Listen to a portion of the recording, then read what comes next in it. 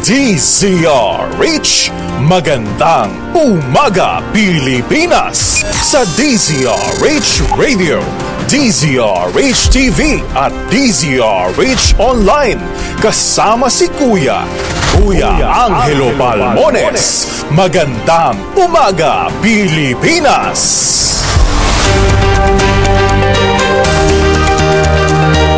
Miyerkules tayo ngayon, 12 ng Nobyembre 2024. Sa ulo ng ating mga balita, Bagyong Nika napanatili ang lakas at nung lugar nasa ilalim ng signal number 2. Yun namang bagyong nasa labas ng PAR, lumakas pa, naging tropical storm na at ang pangalan ay Opel. Pumasok na sa bansa ngayon pa lamang. Dating Pangulong Duterte nangakong sisipot sa pagdinig ng House Quad Committee bukas. BP Inday Sara at ilang opisyal, kontrolado ang 500 million peso confidential fund ayon naman sa isang executive ng Office of the Vice President. Apat na opisyal ni BP Inday Sara pinatawan ng contempt, pinaparesto dahil sa pagdeadman sa investigasyon ng Kamara. Bagong corporate tax law, inaasahang magpapalakas at tiwala ng mga mamumuhunan. Lilikha ng mas maraming trabaho ayon naman kay Speaker Martin Romualdez. Pastor Apollo Cameloy sinugod sa ospital dahil sa irregular heartbeat. Bagong balita, bagong impormasyon, kasama si Kuya Angelo Palmones. Magandang umaga Pilipinas! Kasama natin ang buong radyo natin FM nationwide, ang ating Action Radio Station sa Luzon, Visayas at Mindanao, 91.7 BNFM Radio sa Cebu at 94.3 FM sa Jansan. Sa detalye ng ating mga balita, napanatili ng severe tropical storm na Nika ang kanyang lakas habang nasa West Philippine Sea matapos maglandfall sa Disalag, Aurora kahapon ng umaga. Tatlong lugar sa Luzon ang nakataas pa rin ang signal number 2 kabilang ang Ilocos Norte, Ilocos Sur at Abra. Signal number 1 naman ang nakataas sa mga lalawigan ng La Union, northwestern portion ng Pangasinan, Apayao, Kalinga, Mountain Province, Ifugao, Benguet, Cagayan at northwestern portion ng Isabela. Huling namataan ng pag-asa ang Bagyong Nika sa coastal waters ng Cabugao, Ilocos Sur. Taglay ang lakas hangin umabot ng 110 km bawat oras malapit sa gitna. Ang pagbugso nito umabot ng 150 km bawat oras. Kumikilos ng northwestward sa bilis na 30 km bawat oras. At least mabilis. Inaasahan namang lalabas na ng PAR ang Bagyong Nika ngayong umaga. Hindi pa man nakakalabas ng Pilipinas si Nika. Lumakas pa ang bagyo na nasa labas ng Philippine Area of Responsibility at naging tropical storm na. Napapasok pa lamang ito sa teritoryo ng Pilipinas. Ito'y huling namataan sa layong 1,185 km eastern Visayas. Taglay ang lakas hangin umabot ng 65 km bawat oras malapit sa gitna. Ang pagbugso nito umabot naman ng 80 km bawat oras. Kumikilos din sa mabilis na takbo na 35 km per hour. Tatawagin ito ngayon sa pangalang Opel. Kapag tayo ng pag-asa, kikilos ang Tropical Storm Opel, pakanluran, hilagang kanluran at maaaring maglandfall sa northern o central Luzon, Huwebes ng hapon o gabi. Dadaanan din ito ang track na dinaanan ng Bagyong Nika. Umasa naman ang weather forecasters ng Philippine Atmospheric Geophysical and Astronomical Services Administration ng PAGASA na mas mauunawaan na ng publiko ang kanilang mga pagpapaliwanag sa kalagayan ng panahon. Yan ay makaraang baguhin ang ahensya mga paraan ng kanilang paghatid ng impormasyon kaugnay ng mga weather system tulad ng bagyo na dumarating sa ating bansa. Ayon kay Raymond Ordinario, PAGASA Senior Weather Specialist, kung mapapansin, mas pinag-iigi nila ang kanilang graphics o mga larawang inilalabas at binabasa, hindi na masyadong technical ang mga termino. Bukod dito, dinagdagan din nila ang paglalagay ng makulay ng mga mapa at ipinapaskal sa website at social media page.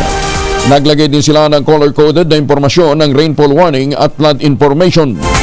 Nagbibigay din ngayon ang ahensya ng Tropical Cyclone Bulletin sa kada 6 na oras at dinadalasan din ang pagbibigay ng impormasyon kapag malapit na ang paglandfall ng bagyo.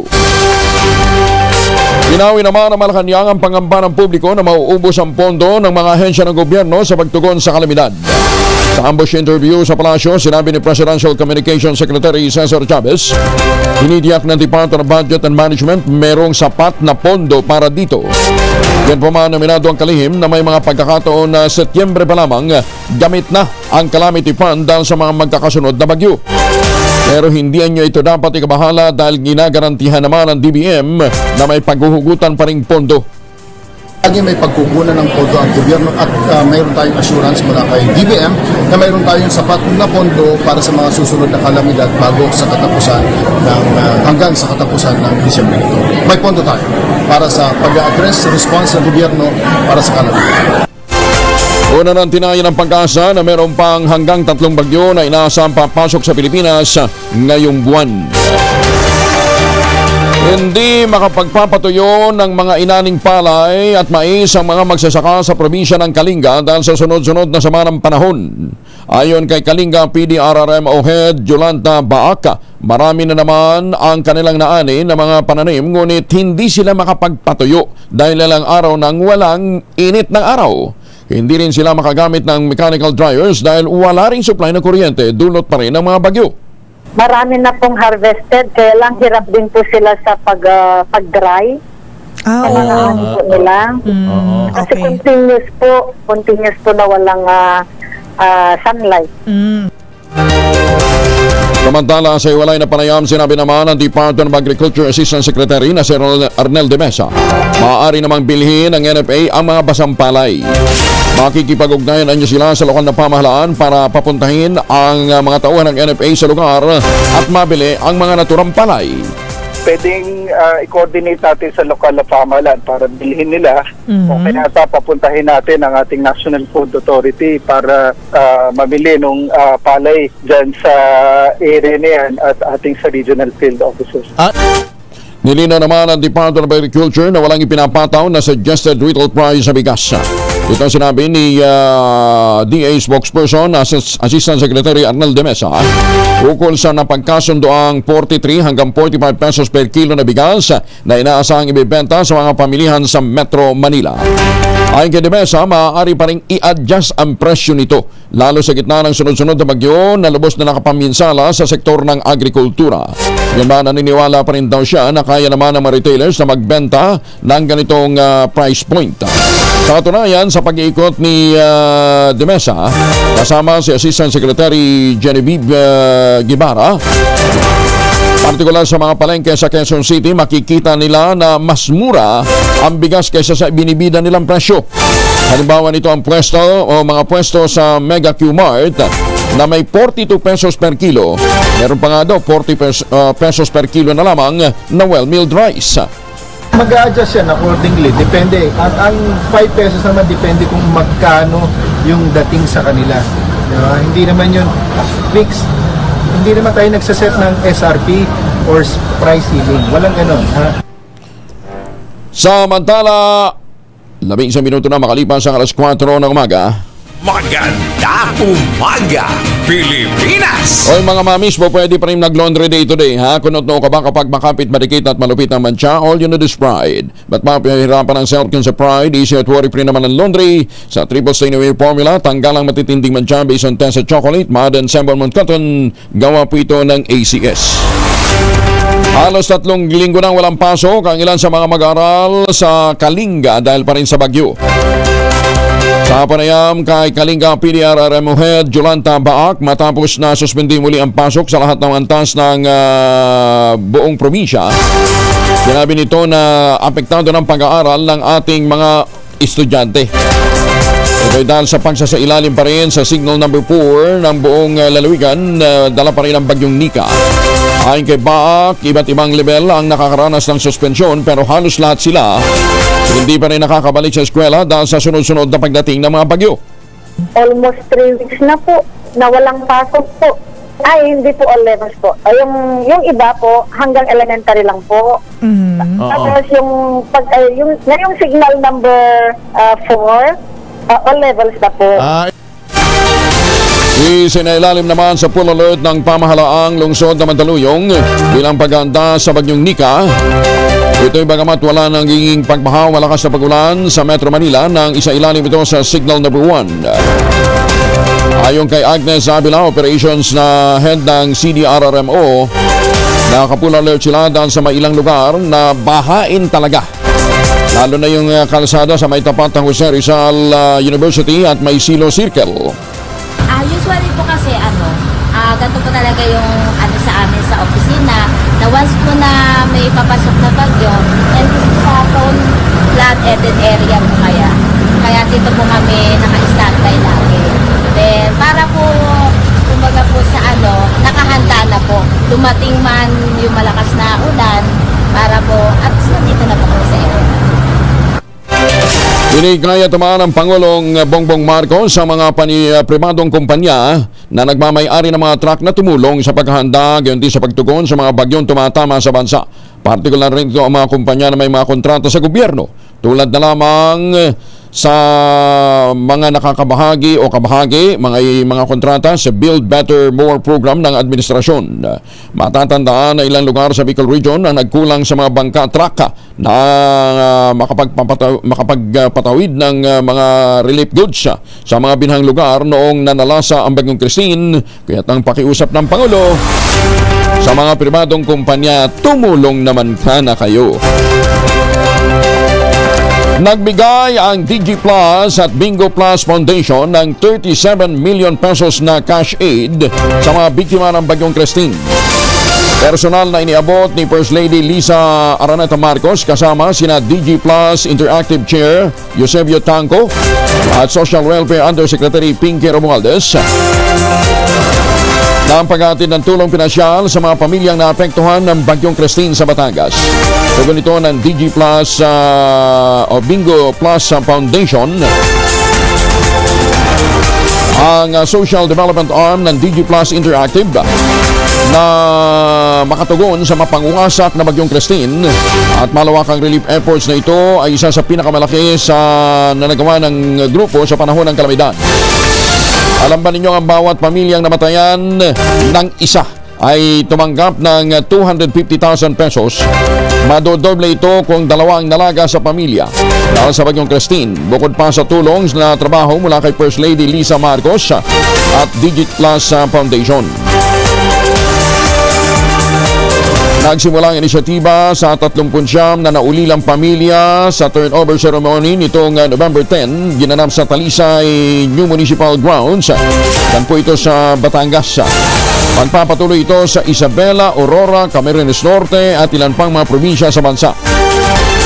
Binigyan din sa nasabing kaganapan ng misyon ng foundation na palawakin ang kabutihan sa pamamagitan ng pagbibigay ng makabulong suporta sa mga Pinoy sa panahon ng kanilang pangangailangan. Ayon kay DG Plus Interactive Chair Eusebio Tanco, ang Bingo Plus Foundation ay umiiral para sa pagbibigay ng higit pa sa tulong pinansyal. Tumutulong din ito sa pag-create ng pag-asa, resilience o katatagan ng mga Pilipino at paghatid ng tunay na pagbabago. Sa kaugnay na balita, naging emosyonal si First Lady Lisa Araneta Marcos nang marinig ang kwento ng isang rescuer na namatayan ng 7 kaanak dahil sa Bagyong Christine. Hindi napigil ang maiyak ng unang ginang. Niyakap ang rescuer na si Edwin Mendoza sa pamamahagi niya ng tulong para sa mga napinsala ng bagyo sa Talisay, Batangas. Dito tumanggap ng 250,000 na tulong pinansyal mula sa gobyerno at isang pribadong foundation, si Mendoza. 17 minuto na makalipas ang alas 4 na umaga.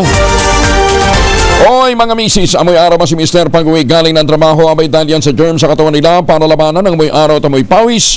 Gumamit ang Shield Bath Soap regularly. Unbeatable ang Shield sa paglaban sa germs versus another brand by Shea Butter. Pampalambot ang kuti sa presyong abot kaya 12.50 SRP. Kaya naman recommended ito ng Philippine Nurses Association. Kaya mga misis, ay challenge you subukan ng Shield Bath Soap. Galit sa sakit, may malasakit, sulit na sulit. Bagong balita, bagong impormasyon, kasama si Kuyang Angelo Palmones. Magandang umaga, Pilipinas! Sa iba pang mga balita, nilagdaan na ng Pangulong Bongbong Marcos Jr. bilang ganap na batas ang Republic Act 12066 o Corporate Recovery and Tax Incentives for Enterprises. to maximize opportunities for reinvigorating the Economy Act o yung Create More Act. Aamyandahan ng Bangko Batas ang National Internal Revenue Code na naglalayong mapalakas ang pamumuhunan sa Pilipinas. Sa ilalim nito, pagagandahin ang tax incentive policies para sa parehong lokal at international businesses. Kabilang narito ang pagpapababa ng corporate income tax rate ng registered business enterprises sa 20% mula 25%. Pagkakaroon ng 50% deduction sa reinvestment at trade fair expenses para sa tourism industry, 100% additional deduction naman sa power expenses para naman sa manufacturing sector. Binigyan din ng Pangulong Marcos na ang reformang ito sa sistema ng pagbabuwis ay hindi lamang pagbubukas ng pinto sa mga oportunidad para sa mga negosyo, kundi pamumuhunan na rin sa maunlad na para na rin sa maunlad na kinabukasan ng mga Pilipino.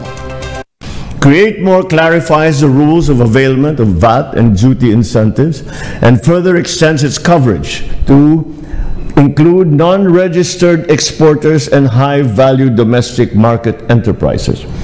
We restore to our registered business enterprises a vital support they once knew, the eligibility for VAT incentives for costs that are directly attributable to the conduct of their business. This means that essential expenses, those reasonably necessary and incidental to their operations, may once again be enjoyed zero-rated, as they were prior to the CREATE Act.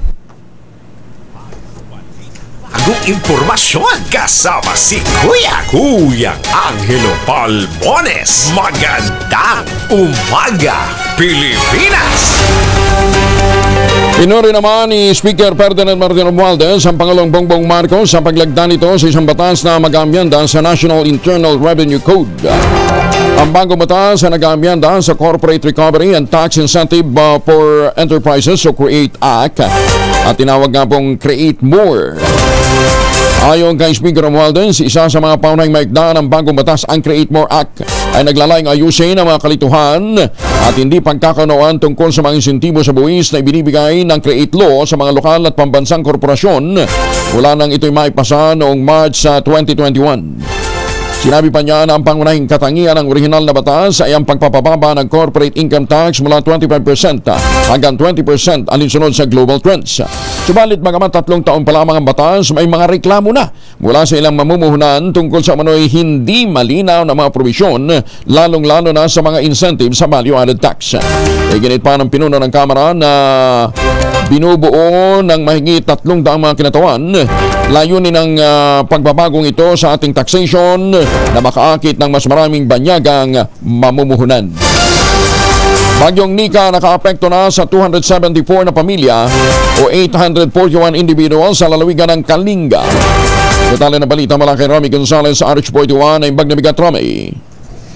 Walang iniulat na nasawi, nasugatan at nawawala sa lalawigan ng Kalinga. Batay sa report mula sa Kalinga Provincial Disaster Risk Reduction and Management Council Emergency Operations Center. Gayunman, nakaapekto naman ang bagyong Nika sa 274 na pamilya o 841 individual.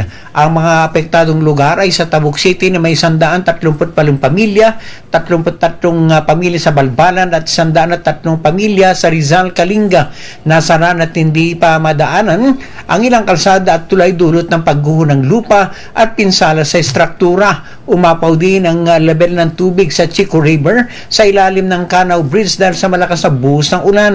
Pinapayuhan na mga otoridad ng publiko na iwasan muna ang anumang aktibidad malapit sa mga ilog. Abot naman sa 1.7 milyong piso ang halaga ng napinsalang high-value crops sa Kalinga na magdudulot ng impact sa food supply chains at lokal na pagkakakitaan. Patuloy naman ang clearing operations at pagmonitor sa kondisyon ng mga national at provincial roads ng DPWH, Kalinga Provincial Engineering Office at Provincial Disaster Risk Reduction and Management Office puspusan. At aktibo rin ang mga linemen ng Kalinga Electric Cooperative o KELCO para ma-restore ang power sa mga apektadong lugar. At tulong-tulong naman ng PNP, AFP, barangay officials at grupo ng komunidad para matanggal ang mga natumbang punong kahoy na humambalang sa mga barangay roads sa Kalinga. Ito sa RH41 Romy Gonzalez para sa DZRH una sa Pilipinas, una sa Pilipino. Maraming salamat, Romy Josegina. Magandang umaga, Pilipinas! 23 makalipas ang alas 4, nananawagan si Senator Christopher Bongo sa PhilHealth na tuparin ang commitment nito na magbigay ng affordable healthcare sa lahat ng mga Pinoy, kabilang ang pagsuspende ng 2024 premium contribution increase. Sa commitment letter na tinanggap ni Senator Go nitong October 13, pinagtibayan ng PhilHealth ang pangako nitong suspension na bahagi ng mandato ng Universal Healthcare Act sa ilalim ng Republic Act 11223. Sa ilalim ng Universal Healthcare Act, lahat ng mga Pilipino ay may karapatan sa pantay at abot-kayang akses sa mga serbisyong pangkalusugan.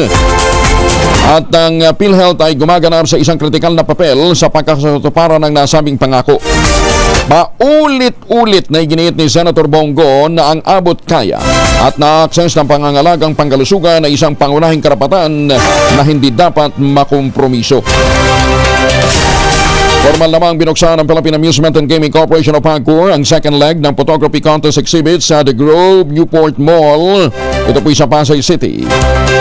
Ito'y partnership o pakikipagtulungan ng Newport World Resort at tampok dito ang 48 grand finalists ng PAGCOR 2024 Photo Contest na naglalayong bigyan ng pagkakataon ng publiko na masulyapan ang masaganang panahon ng anihan sa bansa sa pamamagitan ng mga larawan. At mga po ng PAGCOR Photo Contest ngayong taon ay Harvest Time, kung saan pinapakita ang kagandahan at yaman ng agricultural resources ng bansa, ang pagsusumikap ng mga magsasaka, mga growers at mga isang Pinoy sa pamamagitan ng lente ng mga mahuhusay na mga photographer. Ayon kay PAGCOR Chair at CEO Altenco, ang 48 grand finalists mula sa katatapos na photo contest ay ang mga namumukod tangi sa mahigit 4,000 entries na kanilang natanggap. Binigyan din pa ni Tenco ng bawat larawan na naka-display ay isang patunay ng incredible talent ng pagkamalikain ng mga Pinoy photographer. Magandang umaga, Pilipinas! Wanted sa kasong panggagahasa sa Asinggan, na aresto naman sa Bataan. Detalye ng balita mula kay Danny Kumilang, Aris 37. Danny, good morning. Matapos ang pagtatago sa batas, matagumpay na naaresto ng pinagsanib puwersa ng Asinggan PNP Pangasinan, Morong PNP at Bagak PNP sa Bataan. Ang isang wanted person na may mga kaso itong panggagasa na nahuli ito matapos matuntun sa kanyang ginawang taguan sa bayan ng Morong at Bagak, Bataan. Sa ulat mula sa Camp Cirilo Tolentino sa Balanga City kay Bataan PD Colonel Parmetria, naaresto ang suspect na kinilala ito na si Pablo Batallones Jr., 40 anyos, na naaresto ito alas 9 ng gabi. Inaresto ito sa bisa ng warto pares na inisyu ng RTC Family Court Branch 16 Ordanita, Pangasinan ni Honorable Edwin Bautista Maniego sa kasong paggagasa na inisyu ang warrant noong pambuwan ng September 15 taon 2022. Nang maaresto ang suspect, dito pa natuklasan na may kaso pa din itong paggagasa sa Bataan. Na inisyu naman ang warrant to arrest ni Honorable Dorina Castro Baltasar, presiding judge ng RTC Family Court Branch Balanga City, Bataan. Na inisyu naman ng buwan ng December 2 taon 2022 na ang lahat ng mga kaso nitong suspect na paggagasa ay walang inirekomendang piyansa. Danny Kumilang, RH37 DCRH, una sa Pilipinas, una sa Pilipino. Maraming salamat na Danny Kumilang. Samantala, patuloy naman ang pagbaba ng kaso ng African Swine Fever sa bansa.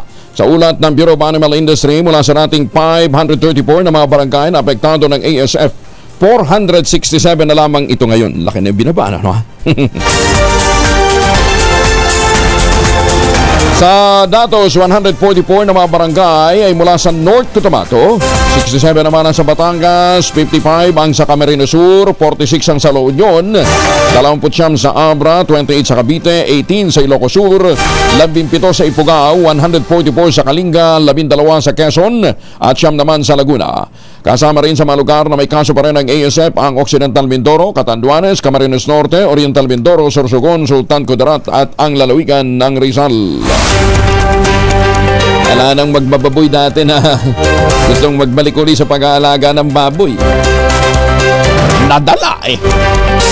Naglaan naman ng 1.6 billion pesos ang Department of Agriculture, Bureau of Fisheries and Aquatic Resources para sa susunod na taon upang suportahan ang programang magpapaunlad sa seaweed industry.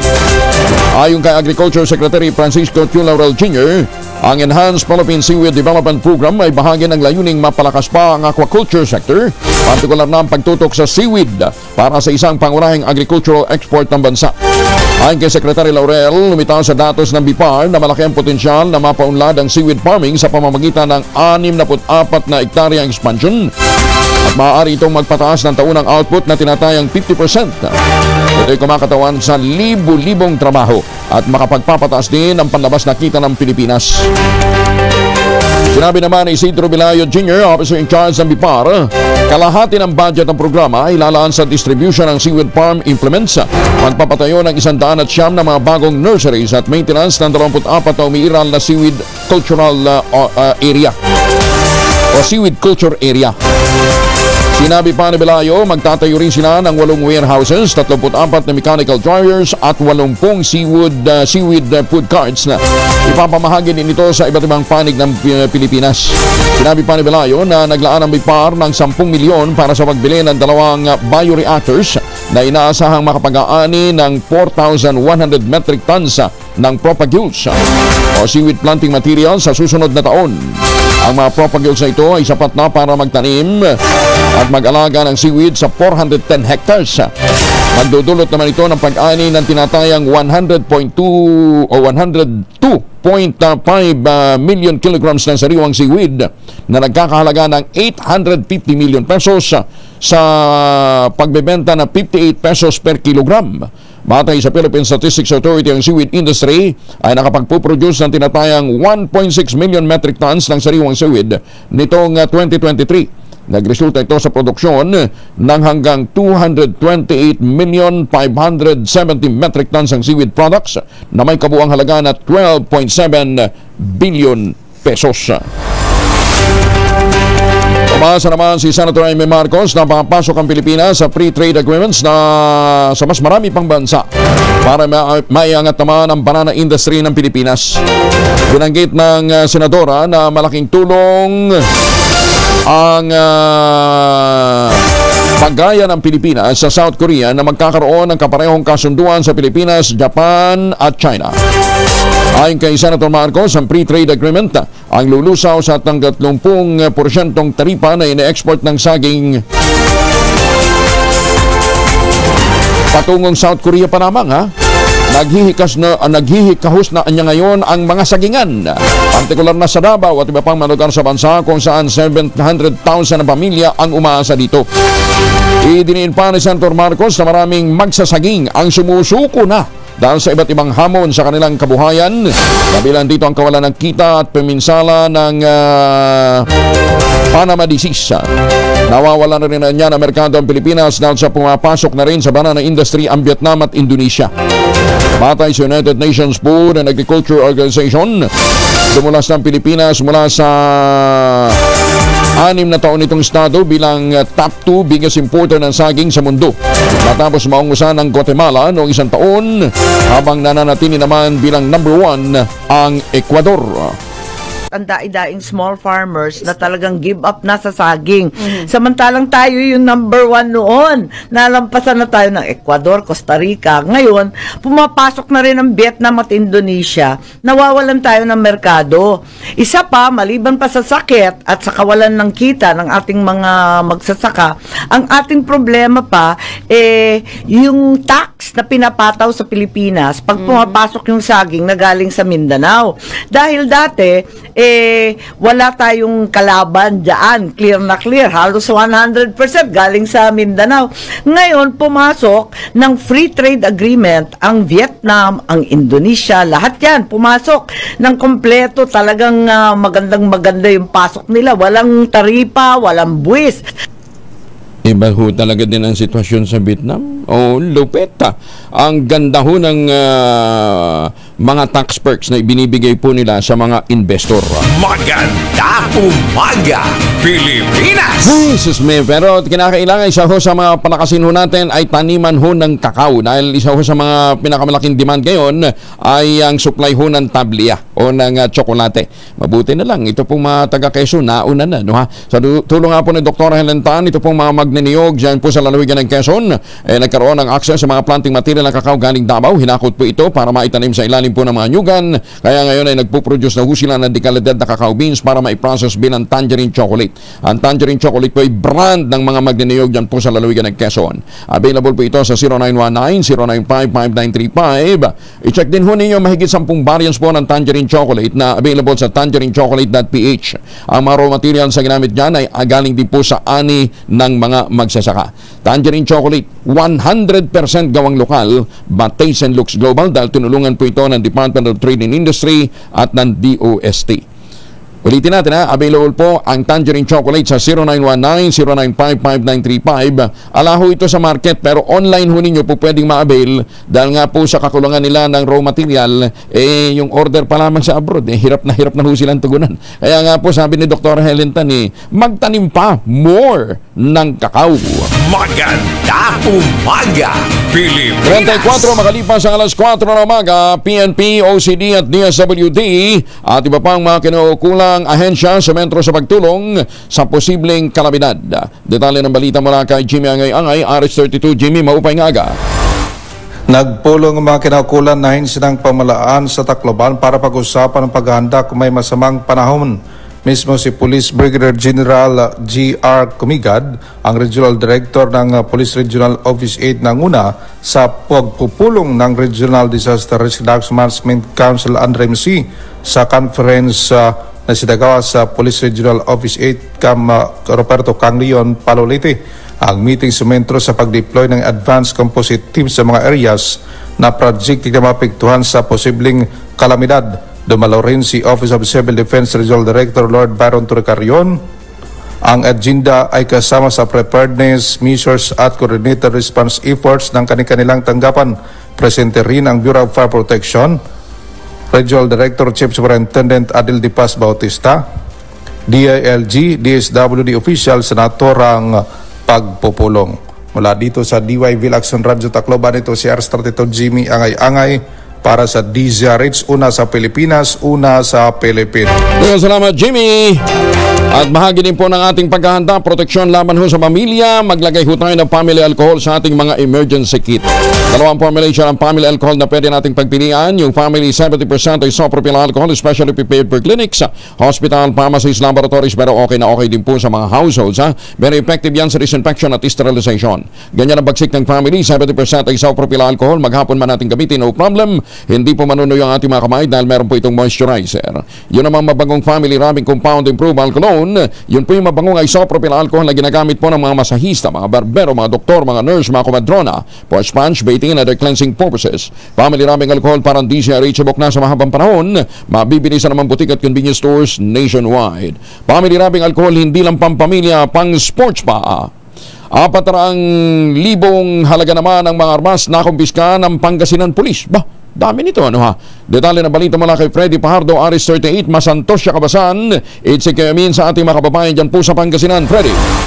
Kahapon ay dinaluhan ni Police Brigadier General Lou Frias, si Evangelista Regional Director ng Police Regional Office 1, na siya ring nagsilbing guest of honor and speaker sa ginawang pagpresenta at turnover ng mga baril na ginanap sa Maguilas Hall, Camp Antonio, Season, Lingayen, Pangasinan. May kabuang bilang na 3,929 ang mga baril na categorized as confiscated, captured, surrendered, deposited at abandoned. Ang 2,910 firearms may expired na lisensya habang 1,019 ang nakumpiska. Dumalo rin sa nasabing okasyon sila Police Lieutenant Colonel Regina Abanales, officer in charge ng Regional Civil Security Unit 1 na siyang tumanggap sa mga baril. Ayon kay Police Colonel Rolifer Capocyan, ang PNP Provincial Director ng Pangasinan, nagpapasalamat siya sa mga Pangasinense sa kanilang kooperasyon sa programa ng kapulisan upang makamit ang malinis at mapayapang 2025 eleksyon. Ito si Freddy Pajardo, RH30, tag-uulat para sa DZRH, una sa Pilipinas, una sa Pilipinas. Maraming salamat, Freddy. Nagbabala naman ang Komadrona Party List laban sa pneumonia, lalo na sa mga bata ngayong pinagdiriwang ang World Pneumonia Day. Ayon kay ang Komadrona Party List First Nominee Attorney Arnel Gomalia, ang pneumonia pa rin ang numero 1 killer sa mga batang mababa sa 5 taong gulang. Batay ito sa tala ng Philippine Foundation for Vaccination. Sa datos naman niya mula sa United Nations Children's Fund, Isang batang less than 5 years old ang namamatay sa nasabing sakit kada 43 segundo. O 2,000 bata ang namamatay dahil sa pneumonia kada araw. Sinabi ni Atty. Cobaria na mahigit sa 31,000 na mga batang Pinoy ang nasawi na sa pneumonia noong 2021 habang 60,000 naman ang na-infect noong 2022. Binigyan din pa ng kinatuwa ng Comadrona Party List ang kahalagahan ng pagpapabakuna sa mga bata dahil kaya nito mapigilan ang pneumonia kasama ang sapat din na nutrisyon at syempre yung pag-breastfeeding ng mga nanay. Ipinaalala pa nito na nag-aalok din ang Department of Health ng libreng pneumococcal vaccine laban sa pneumonia at meningitis sa lahat ng health care center sa buong bansa. Kaya dapat itong samantalahin ng mga magulang at ng mga guardian. Ang Comadrona Party List ay binubuo ng mga frontline health workers gaya halimbawa ng mga komadrona, mga nurse, mga pharmacists, mga doktor, mga researchers at iba pang mga professionals at mga stakeholder na nais garantihang makakarating hanggang sa malalayo at mga liblib na lugar ang basic health services. 39 na makalipas ang alas 4 ng umaga. 4:40 ang oras sa buong kapuluan. Oras na para tayo mag-ultamayo. Ano ba itong ultamayo? Ang ultamayo po ay postbiotic with Lactococcus lactestrin plasma. Ito po ay dumaan sa mahabang clinical trial sa Japan. Hindi po kwentong kutsero, talagang clinical trial. At ang bawat kapsula po ng ultamayo nagtataglay ng 50 billion cells ng Lactococcus lactestrin plasma. Kaya nga po ang ultamayo, ang postbiotic, pagpasok sa ating katawan, ina-activate po nito yung PDC, yung plasmacytoid dendritic cell. Ang tawag na dyan, commander ng ating immune system. At yan po ang nagtataboy ng mga toksin sa ating katawan habang tayo po ay natutulog. Kaya sa panahon ho na matindi ang problema natin sa stress, pagod, puyat, kailangan natin ng kaagapay. Diyan po papasok ang Ultabayo. Ang kauna-unahang postbiotic food supplement rehistrado sa Food and Drug Administration, halal certified, kaya rekomendado po ito ng mga doktor. Available po ito sa Lazada at Shopee. Siguraduhin lamang na ito po ay galing sa Theoxis Adventures. Kung kayo po ay may mga katanungan, po pwede ho kayo mag-text sa 0917-110-6580. You can ask any question under the sun. At yan po isasagutin ho naman ng ating mga medical experts. Available din po ang Ultabayo sa Mercury Drug, Amesco Drug, Pasmed Pharmacy, John's Pharmacy at Curamed. Pero huwag natin kalimutan, ang Ultabayo po ay hindi gamot at hindi dapat gamiting panggamot sa anumang uri ng sakit. Maganda umaga, Pilipinas! Iprinoklama na ng Commission on Elections o COMELEC bilang bagong alkalde ng Legazpi City sa Albay ang dating Ako Bicol Party List Representative na si Alfredo Pino Garbin Jr. Ito ay matapos na ma-disqualify si Carmen Rosal noong halalan ng 2022 at ang asawa nitong si dating Albay Governor Noel Rosal dahil sa paglabag sa Omnibus Election Code.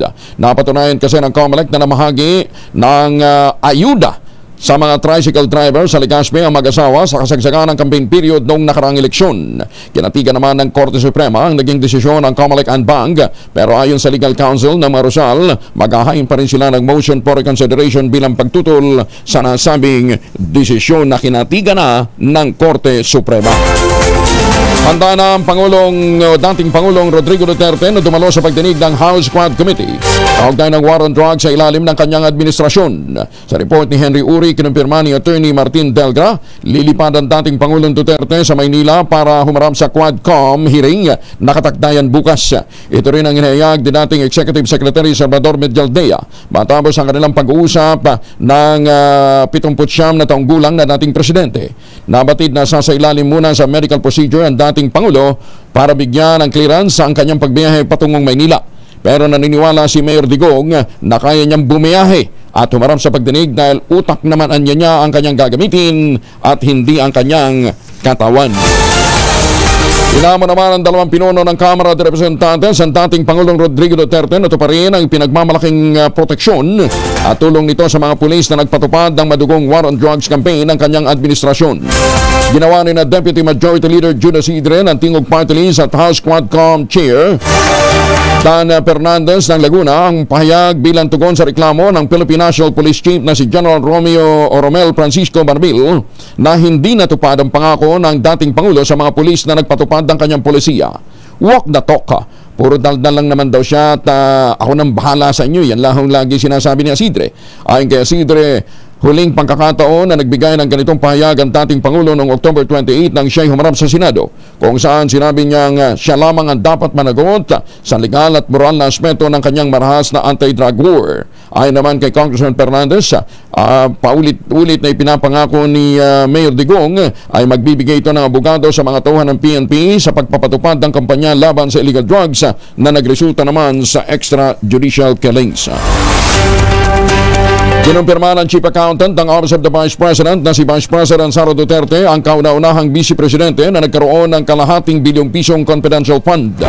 Kapag dinig ng House Committee on Good Government and Public Accountability, tinanong ni Deputy Speaker David J.J. Suarez ang OBP Chief Accountant na si Julieta Villa del Rey na nakapasok sa OBP noong 1990 kung kailan ang Vice Presidente ay si Salvador Doy Laurel sa ilalim ng unang Aquino administration.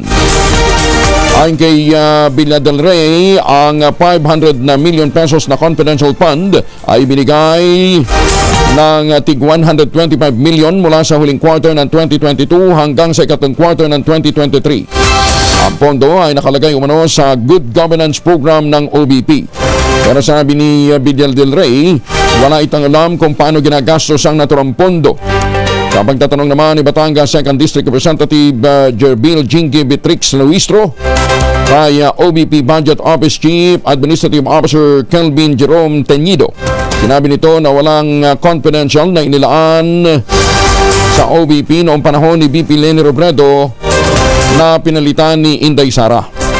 Sinabi ni Teñido na merong hinihinging confidential fund si Binay pero hindi naman ito naibigay kay dating Vice President Jejomar Binay. Ang mga malalapit na opisyal ni Vice President Sara Duterte ang nakakaalam kung paano ginastos ang 500 million pesos na confidential fund ng Office of the Vice President noong 2022 hanggang 2023. Nagalumang pagdinig ng House Committee on Good Government and Public Accountability nitong Lunes, sinabi ng mga dumalang opisyal ng OBP na may kaugnayan sa liquidation at pangangasiwa ng 500 million peso confidential fund na inilabas ng tig 125 million pesos kada quarter hanggang sa lakas quarter ng 2022 at tumagal na ikatlong quarter ng 2023. Kinikwestiyon ng Commission on Audit ang paggamit ng naturang pondo kasama ang 125 million pesos na ginastos lamang sa loob ng 11 araw noong December 2022. Batay sa sagot ng mga resource person, sinabi ng mga opisyal na wala silang direktang kaalaman kung paano ginastos ang confidential fund.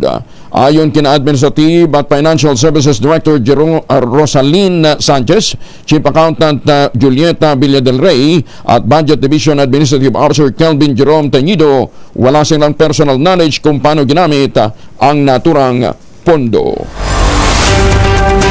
Pinatawa naman ng House Committee on Good Government and Public Accountability ng contempt ang apat opisyal ng Office of the Vice President matapos na muling hindi dumalo sa pagdinig kaugnay ng kinikwestiyong paggamit ng confidential fund.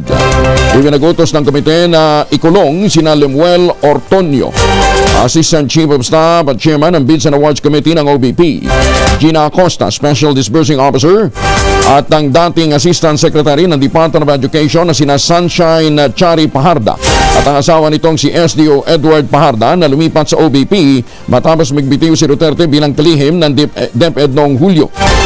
Sa ikalimang pagdinig ng komite na pinamumunuan ni Manila 3rd District Representative Joel Chua, pinatawa ng contempt ang mga opisyal kasunod ng motion ni Deputy Speaker at Quezon Representative David J.J. Suarez dahil sa hindi pagdalo sa pagdinig sa kabila ng mga somon.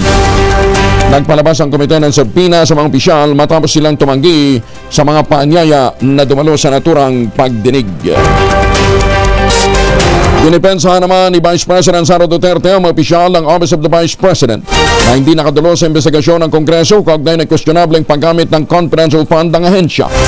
Ayon kay VP Inday, apat sa executive official ng tanggapan ay bigong makadalo sa hearing ng Committee on Good Government and Public Accountability dahil abala ang mga ito sa aktibidad para sa anibersaryo ng OBP. Binanggit pa ni VP Inday sa isang press conference kahapon na Tugon nito nang mapatawan sila ng contempt ng komite dahil sa patuloy na sinasabing pag-iisnab sa investigasyon. Iginit naman ni BP Inday Sara, nasa satellite offices ang kanyang mga opisyal para sa iba't ibang Thanksgiving activities para sa anibersaryo ng OBP na gaganapin sa November 15. 49 makalipas ang alas 4 ng umaga, lalaking may kasong kidnapuran sa attempt sa Kabakan, Cotabato na aresto naman. Detalye ng balita mula kay Jun Di Makutak, Aris 19. Assalamualaikum, Jun. Alaikumassalam, Kuyang Angel. Nagbungang manhunt operation ng Joint Operatives laban sa isang lalaki na wanted sa kasong kidnapping for ransom and theft sa Kabakan, Cotabato Province. Sa impormasyon mula sa Pro 12 Information Office, bitbit ang warrant of arrest. Pinasok nila ang bahagi ng Barangay Kayaga kung saan nasagap ng PNP Intelligence Unit ang presensya ng suspect. Hindi naman nanlaban ang suspek at kalmado itong pinusasa ng pulis. Kinilala ang naresto sa alias itong Lando, 50 years old, may asawa at residente ng Lower Mingading, Kabakan, Cotabato Province na classified ng PNP bilang National Most Wanted Person. Kasalukuyang nakapiit ang suspek sa Kabakan Municipal Police Station habang inahanda na ang pagsalang nito sa korte. Pinapurihan naman ni Police Brigadier General Gulmatico ang accomplishment na ito ng Kabakan MPS at sa partisipasyon ng iba pang units sa pagkaresto ng suspect na may kasong kidnapping for ransom. Mula sa Central Mindanao, RH19, Jun Di Makutak, DZRH, una sa Pilipinas, una sa Pilipino. Sukran, Jun. Maraming salamat. Bagong balita, bagong impormasyon, kasama si Kuyang Angelo Palmones. Magandang umaga, Pilipinas! Nangako ang musikero at abogadong si Jimmy Bondoc na ipaprioridad ang paglaban sa kagutuman sakaling manalong senador sa 2025 midterm elections. Kabilang sa nais tugunan ni Atty. Bondoc ang malnutrisyon ng mga bata dahil sa kawalan ng masustansyang pagkain sa pamamagitan ng pagpapalakas ng nutrition policies at public health programs. Ayon sa senatorial aspirant, pang-67 ang Pilipinas mula sa 127 ng mga bansa. Kung ang pag-uusapan ay antas ng kagutuman, kabilang na dito ang undernourishment, child stunting, child wasting at child mortality. Nakakuha niya ang bansa ng score na 14.4 out of 100 o moderate level ng kagutuman batay sa 2024 edition ng Global Hunger Index ng Concerned Worldwide Wealth Hunger Life at Institute for International Law of Peace and Armed Conflict. Sinabi ng Atty. Bondoc, patunay rito ang bagong survey ng social weather stations kung saan lumilitaw, tumaas ng 22.9% ang mga pamilyang Pinoy na nakaranas ng involuntary hunger sa ikatlong kwarto ng taon. Binigyan din pa ng musician lawyer na mahalaga ang parehong access at sapat na pondo upang kagyat na matugunan ang malaking problema ng mga Pilipino sa kagutuman. Pero bago niya makabuo ng epektibong solusyon dito ang gobyerno, kailangan munang kilalanin ng mga nakaupo sa pwesto kung gaano kalala ang nararanasang gutom ng sambayanang Pilipino. Alas 4:52, top 8 regional level na aresto naman ang PNP. Nakakuha pa ito ng mahigit sa 230,000 pesos na halaga ng illegal drugs. Detalye na balita mula kay Jun Soter mula sa Action Radio Davao. Ay buntag ni Jun. Ayong buntag usab Kuyang Angel, pinusasa ng isang kilalang top 8 regional level drug personality at ang kanyang kinakasama babae matapos silang naaresto sa ikinasang bypass operation ng Balyog Police Station sa Purok 20, Kent Williams, Barangay Catalonan Pequeño, Davao City, pasado alas 3 na madaling araw, Nobyembre 11, 2024. Ang mga naaresto ay nakilalang sina alias Chief, 28 anyos, tubong Malita, Davao Occidental at kasalukuyan nakatira sa Barangay Alyongto, Davao City at ang kanyang kinakasama na si alias Elaine at kasalukuyan nakatira sa Barangay Panakan, Davao City. Batay sa police report, nabila ng pusher buyer na isang pakete sa hinihinalang Shabu ang suspect na si alias Chief. Kaya kagad siyang pinusasan na kumpiska mula sa suspect ang 10 pakete sa hinihinalang Shabu na may standard drug price na 238,000 pesos, mark money, cellphone at sling bag. Sa ngayon, nakakulong na ang mag-live-in partner habang inihintay nilang kasong isasampa ng kapulisan laban sa kanila. Ito si Jun Soter para sa DZRH. Una sa Pilipinas, una sa Pilipino. Salamat na Jun Soter. Samantala, pinangunahan naman ni Senator Lito Supremo Lapid ang inauguration ceremony ng multipurpose facility public market sa poblasyon ng Carmen, North Cotabato. Ang nasabing proyekto ay ni-request ni North Cotabato Governor Lala Talino Mendoza at Congresswoman Alana Samantha Talino Santos at pinondohan naman ni Senator Lito Lapid ng 50 million pesos. Sa kanyang talumpati, sinabi ni Senator Lapid na malaki ang maitutulong ng bagong palengke sa mga residente ng Carmen at mabibigyan ng maayos na kita at hanap buhay ang mga vendor nito. Bukod dito, pinangunahan din ng Senador ang pagdiriwang ng 68 founding anniversary ng Bayan ng Carmen kasama ang mga lokal na opisyal at mga kawaninang munisipyo kaugnay ng pambunggahan sa kalsada program. Nagbigay si Lapid ng 100,000 pesos bilang karagdagang papremyo sa street dance competition sa Bayan ng Carmen. Mayong buntag kay Mayor Talino, nung Roger, sa masayang pagdiriwang ng pangilan nito? 68 founding anniversary ng Bayan ng Carmen. Alam mo ninyo, yan lang ang town dyan sa North Cotabato. Town na merong escalator. Sosyal. Magandang umaga, Pilipinas! 200 mga batas hindi na ipatutupad dahil sa kawalan ng pondo. Ayon naman ito kay Senator Joel Villanueva. Detalye ng balita mula kay Raymond Dedpaz, Aris 28. Raymond, good morning. Marami sa mga batas na ginagawa sa dalawang kapulungan ng Kongreso ang hindi na ipatutupad dahil sa kawalan ng pondo. Ayon kay Senador Joel Villanueva, nasa mahigit 200 mga batas ang mga ito na binalangkas sa nakalipas na 30 taon. Batay sa 2023 report ng Department of Budget and Management, paalala ni Villanueva, dapat ay tiyakin nila na malagyan ng pondo ang mga batas na kanilang ginagawa upang maipatupad at mapakinabangan ng ating mga kababayan. Sa report ng Fiscal Planning and Reforms Bureau ng DBM ay may kakulangan ng pondo na 554.5 billion pesos para sa 46 na batas, habang may 159 na hindi napunduan dahil hindi malinaw ang funding requirement. Kabilang dito ang pagtatayo ng mga Land Transportation Office o LTO District Offices at revised AFP Modernization Act na hindi na popondohan. Giit ni Villanueva, dapat ay may maayos na koordinasyon sa pagitan ng Malacanang at Kongreso pang hindi masayang ang mga batas na kanilang ginagawa. Ito si RH28 Raymond Dedpaz para sa DZRH. Una sa Pilipinas, una sa Pilipino. Maraming salamat, Raymond. 56 na makalipas ang alas 4 na umaga.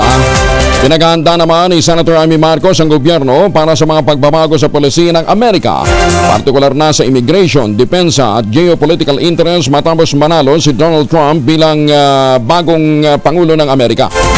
Binigyan din ng chairperson ng Senate Committee on Foreign Relations ang kahalagahan ng umaksyon ng maagang administrasyon para mapangalagaan ang kapakanan ng mga Pinoy, diyan din ang katatagan ng Pilipinas. Pinaglalatag ni Senator Marcos ng plano ang pamahalaan para sa mahigit 200,000 undocumented Filipinos na nanganganib maharap sa mass deportation sa Estados Unidos.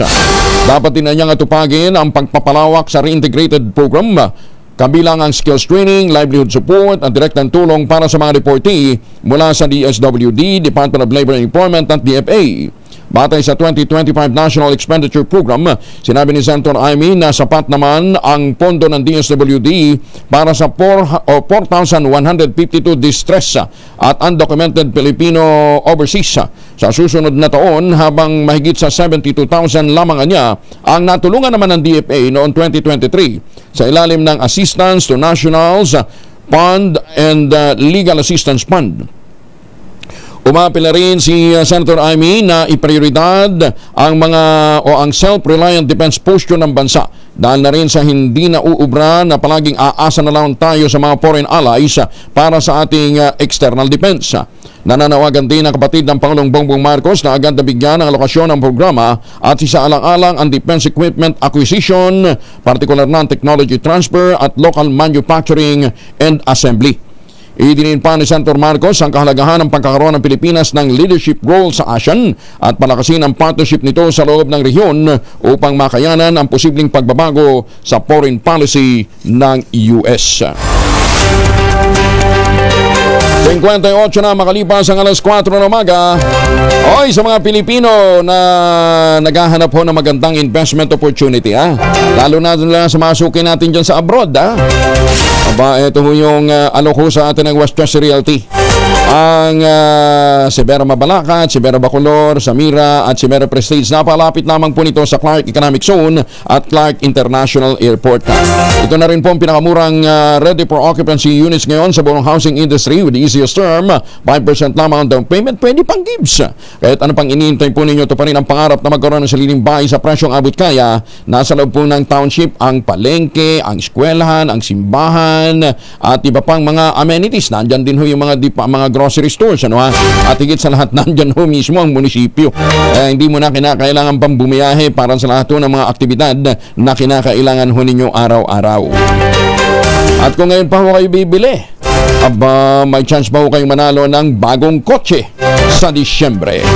Kaya pagka kayo ho talagang maswerte, sa Pasko, bago ng bahay mo, bago pa ang chikot mo. Maganda umaga, Pilipinas! Nako, si Ay de las Alas, malungkot na ibinalita o may malungkot na ibinalita sa kanyang 60th birthday.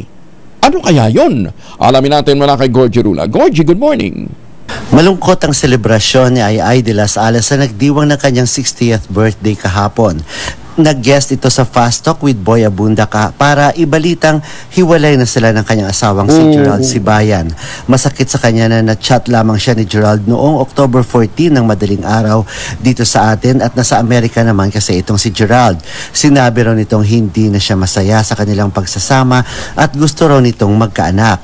Ibinunyag na rin ni Ay na may binubuo raw sana silang baby ngayon through in vitro fertilization at umaasa siyang mabubuo nila ito pero hindi na excited dito ang kanyang asawa.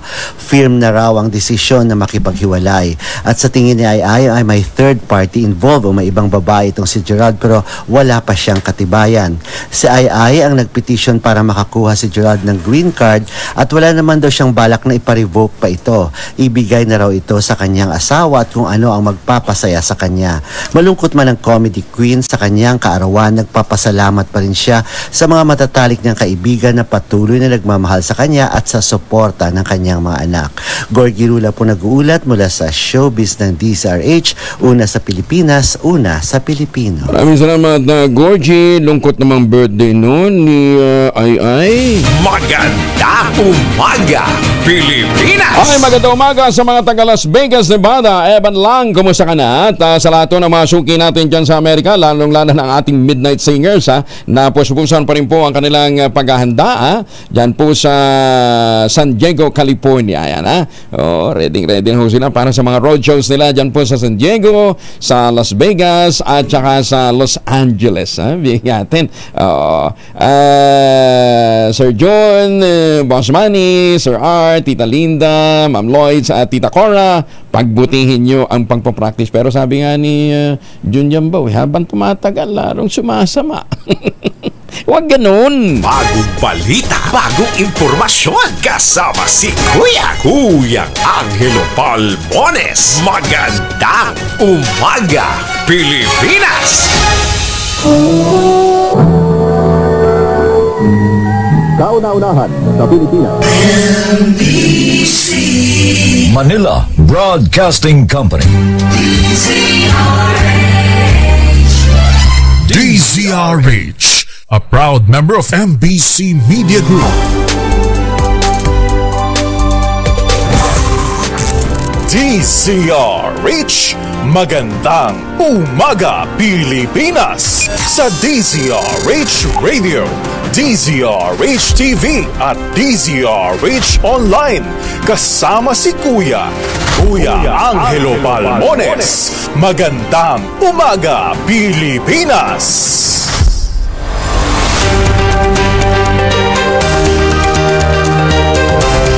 Dalawang bagyo nga po ang narito ngayon sa Pilipinas.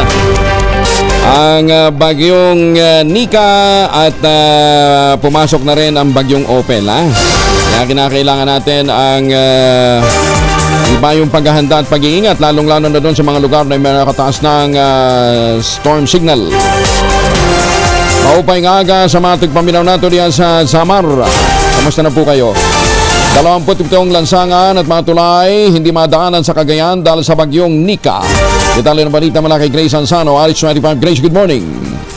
Good morning, Angel. As of 12:40 ngayong madaling araw ng Martes, nasa warning level pa ang Buntun Bridge, kung saan ito ngayon ay nasa 9.2 ang taas ng tubig mula sa dating 3 meters kahapon, pasado alas 12 ng tanghali.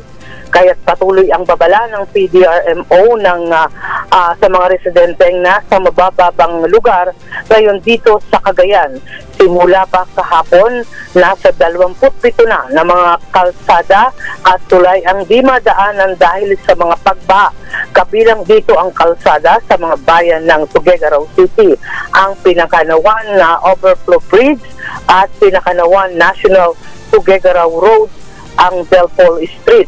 At gayon din yung Macapagal Crossing habang sa bayan ng Enrile, ang Bunagan Bridge at Football Bridge. Maging ang Karilukod Bridge sa bayan naman ng Solana.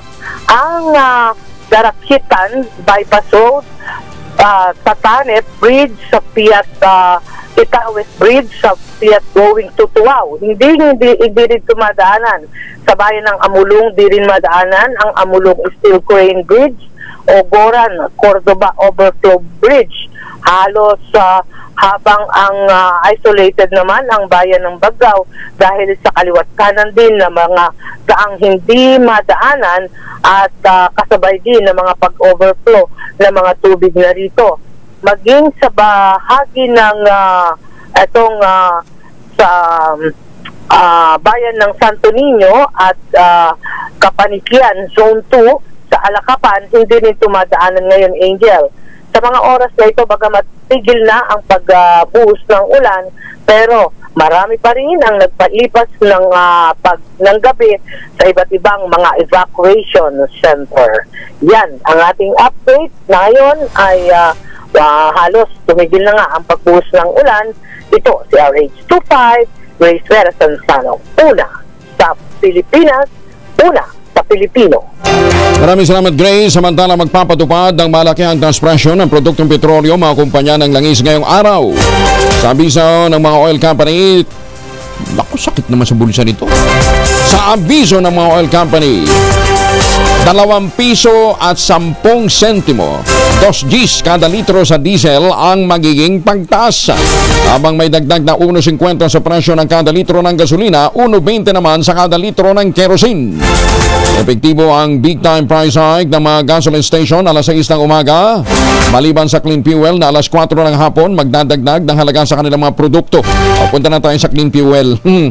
Una nang ipiniliwanag ng Oil Industry Management Bureau ng Department of Energy ng Hurricane Rafael ng Estados Unidos ay nakaapekto sa malakihang pagtaas ng presyo ng petrolyo, bukod pa sa delay ng pagtataas ng produksyon ng langis ng OPEC Plus. Ay, sus, may ginoong buhay ito. 2 Gs ang itataas sa presyo ng diesel. Isinugod naman sa ospital si Pastor Apollo Kibuloy ng Kingdom of Jesus Christ dahil mula sa pagkakapiit sa PNP Custodial Center.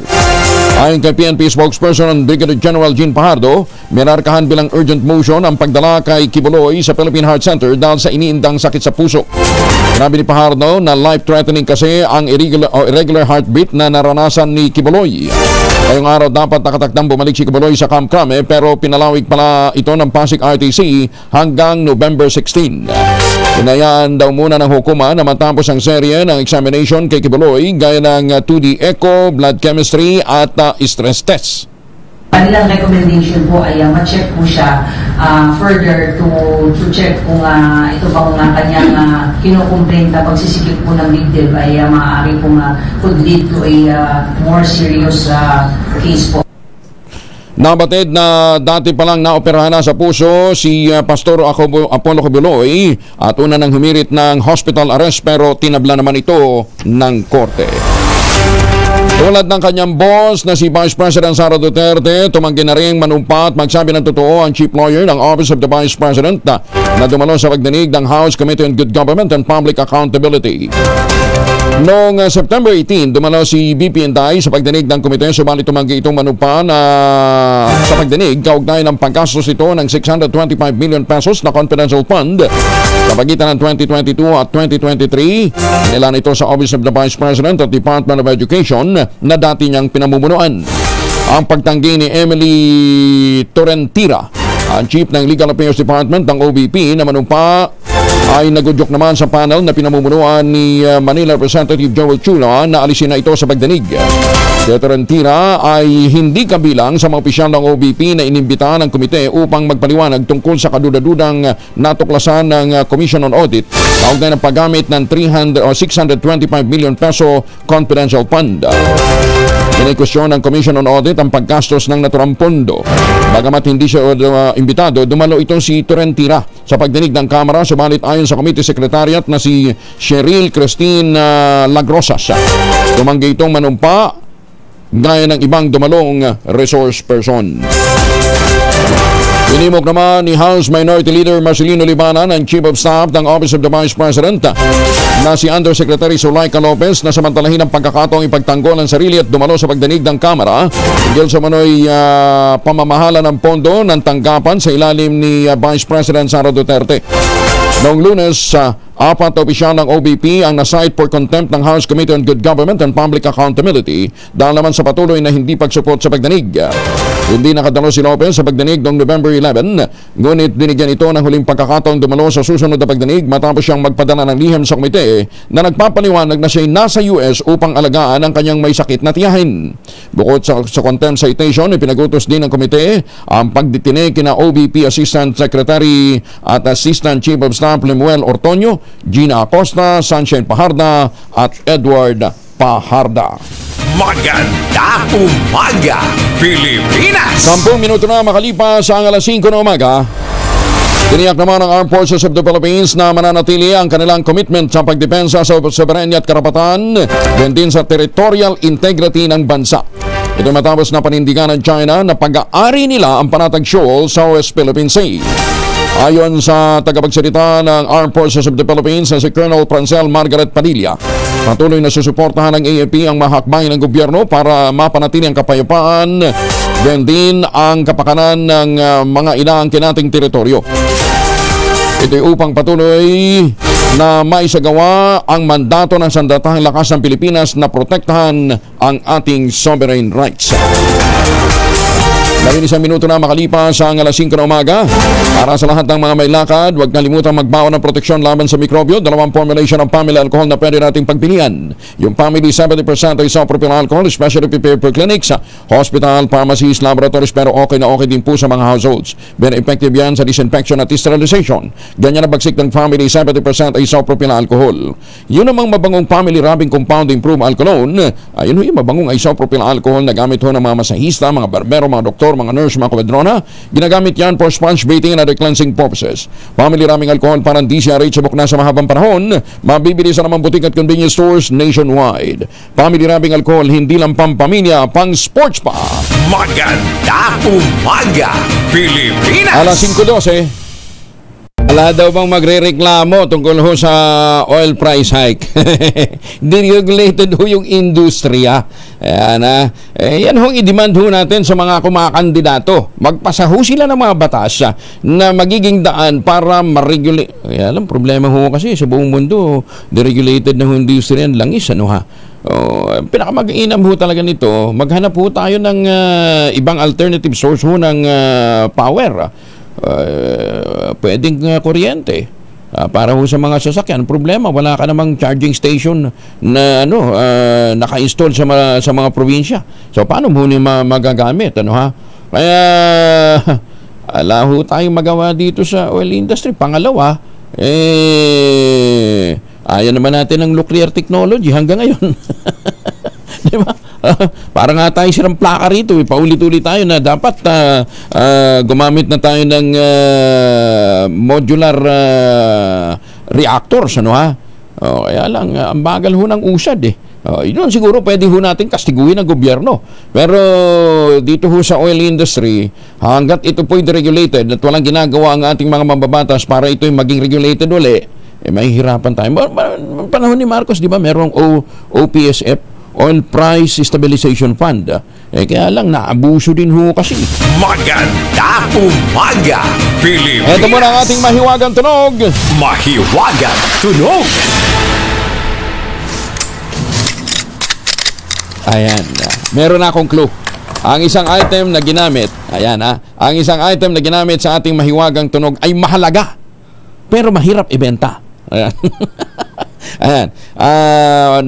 Isang bagay na mahalaga pero hindi basta-basta na ibebenta. Yun po yung isang item na ating hinahanap. 2 items po yan na hinahanap po natin. Sundin ang tamang format po ng pagte-text: empty space, name slash, address slash, contact number slash, at ang inyong sagot. Isang beses lamang po maaaring mag-text sa ating text line gamit ang inyong mobile number. Kung kayo po sasali online, kinakailangan meron po kayong sharer badge. Loko rin yung isang nag-text sa atin. Sabi niya, isang bagay na mahalaga pero hindi basta-basta na ibebenta. Biyanan? Lagot ka sa biyanan mo. Mabanggit kaya ang pangalan natin ito. Maganda umaga, Pilipinas! Kasama na natin si Dr. Tina Alberto ng Philippine Foundation for Vaccination. Ngayon nga pong araw na ito ay gaganapin po ang ginugunita po natin ang World Pneumonia Day. Doc, magandang umaga po sa inyo. Hello, magandang umaga po. Gaano katindi ang problema natin sa Pilipinas pagdating sa pneumonia? Di ba't ito bahagi ito nung bakuna na ibinibigay talaga sa mga bata, sa mga bagong silang? Opo, okay. Totoo po, dapat po bahagi po ng pagbabakuna para sa mga bata ang pneumonia. Subalit, mananatili pa rin po pangunahing sanhi ng pagkamatay sa mga sanggol, lalo na po yung mga batang 1 taong gulang, ang pneumonia. So, talagang nandun pa rin po siya sa pangunahing sanhi ng pagkamatay. Lungkot po talaga. Bakit ho anong dahilan? Bakit sa foundation? Ano nakikita niyong dahilan? Yung takot pa rin? Sa dimbak siya? Sa pagbabakuna? Oo. Yan po, malaking katanungan lagi yan. Una po sa lahat, talaga pong 50% lang po inaabot natin ng fully immunized child sa Pilipinas. Yan po ang datos according sa Department of Health. Napakadami pong dahilan kung bakit hindi nababakunahan mga bata.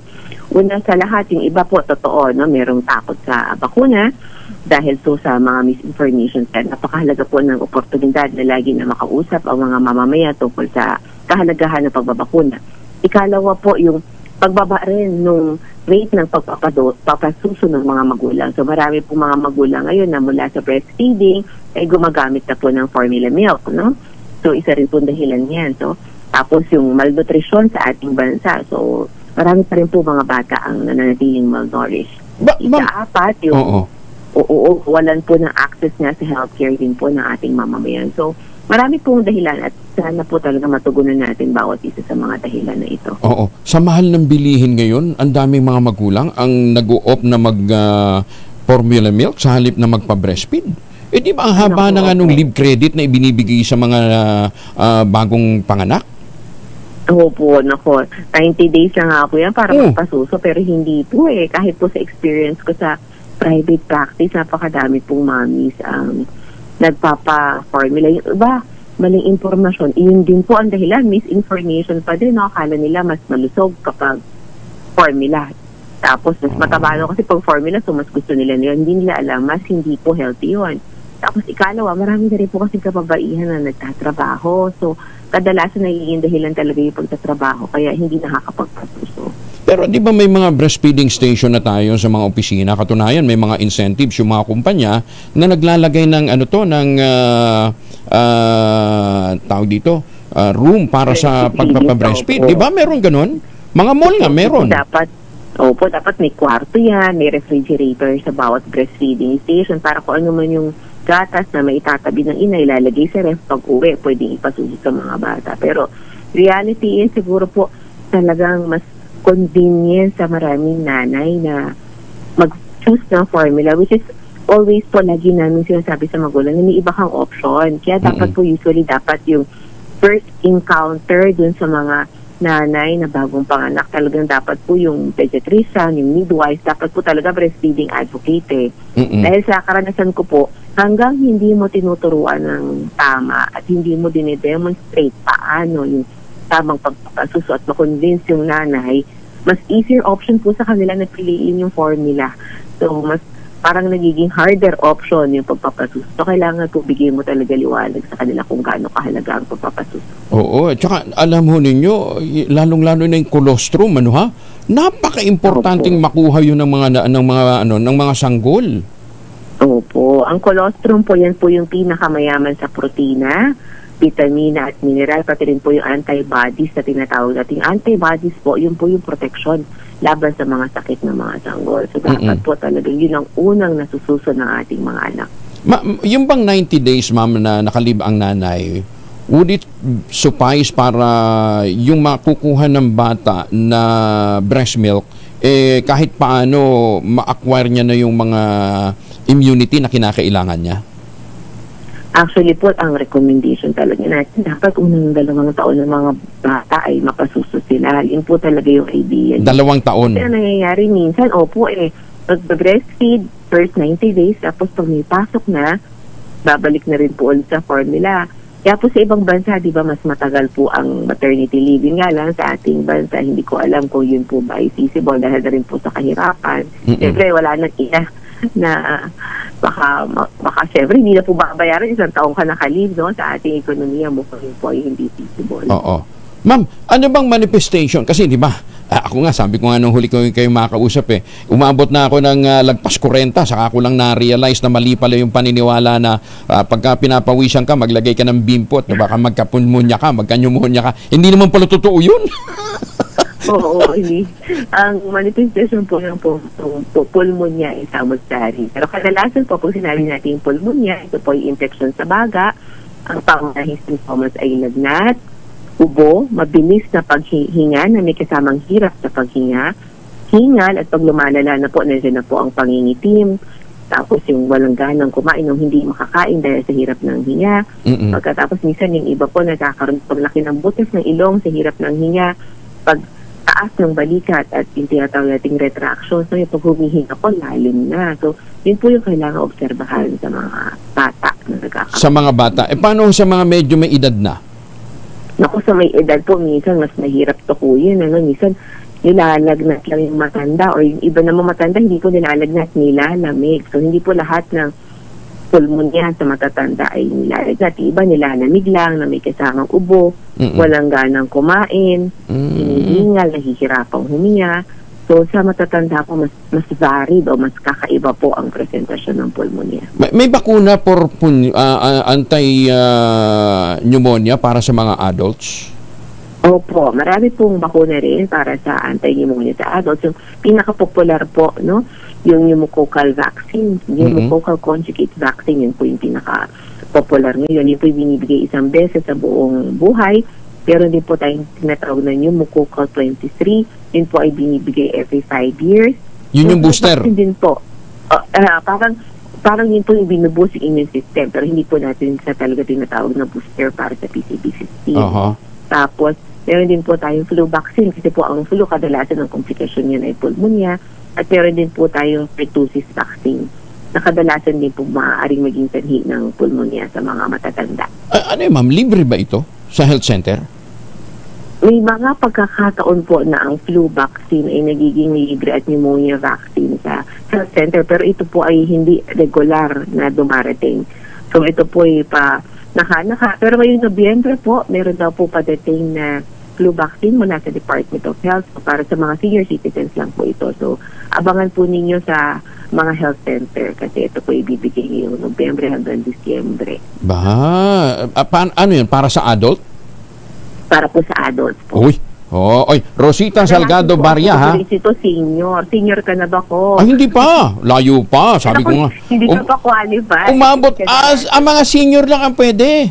Nang libre? Kadalasan po, pag ganitong mga programa para po sa senior citizens. Alam nyo, Doc, bakit ba hindi i-cover na lang ng PhilHealth yan? Ang sa gayon, mabawasan natin ang problema sa pneumonia.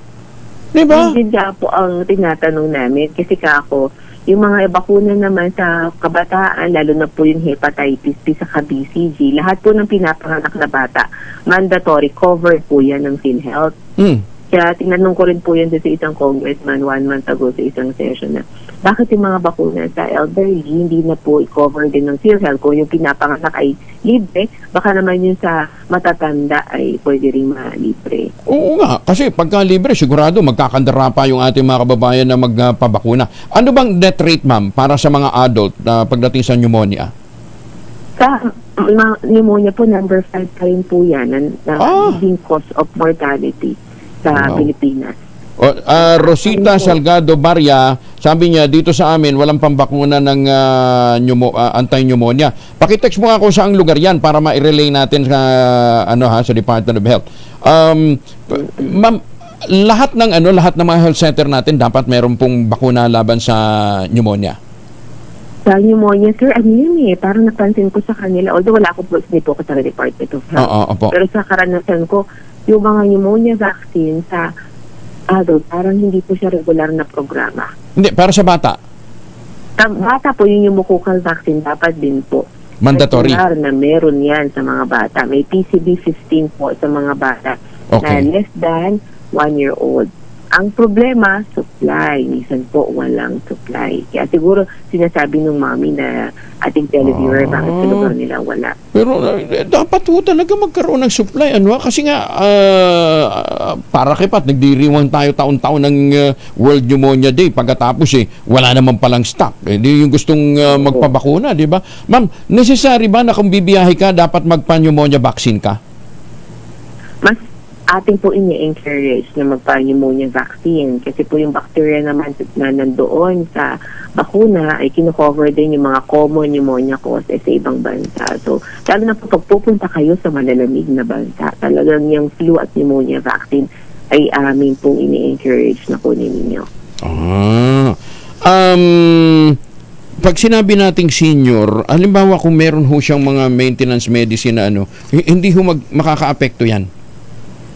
Actually po, ini-encourage natin yung mga may comorbidity, ibig sabihin yung may high blood, diabetes, may iniinom ng gamot na sila po ang magpabakuna. Dahil kung naaalala niyo po sa COVID, di ba yung mas namamatay dati, yung mga may sakit.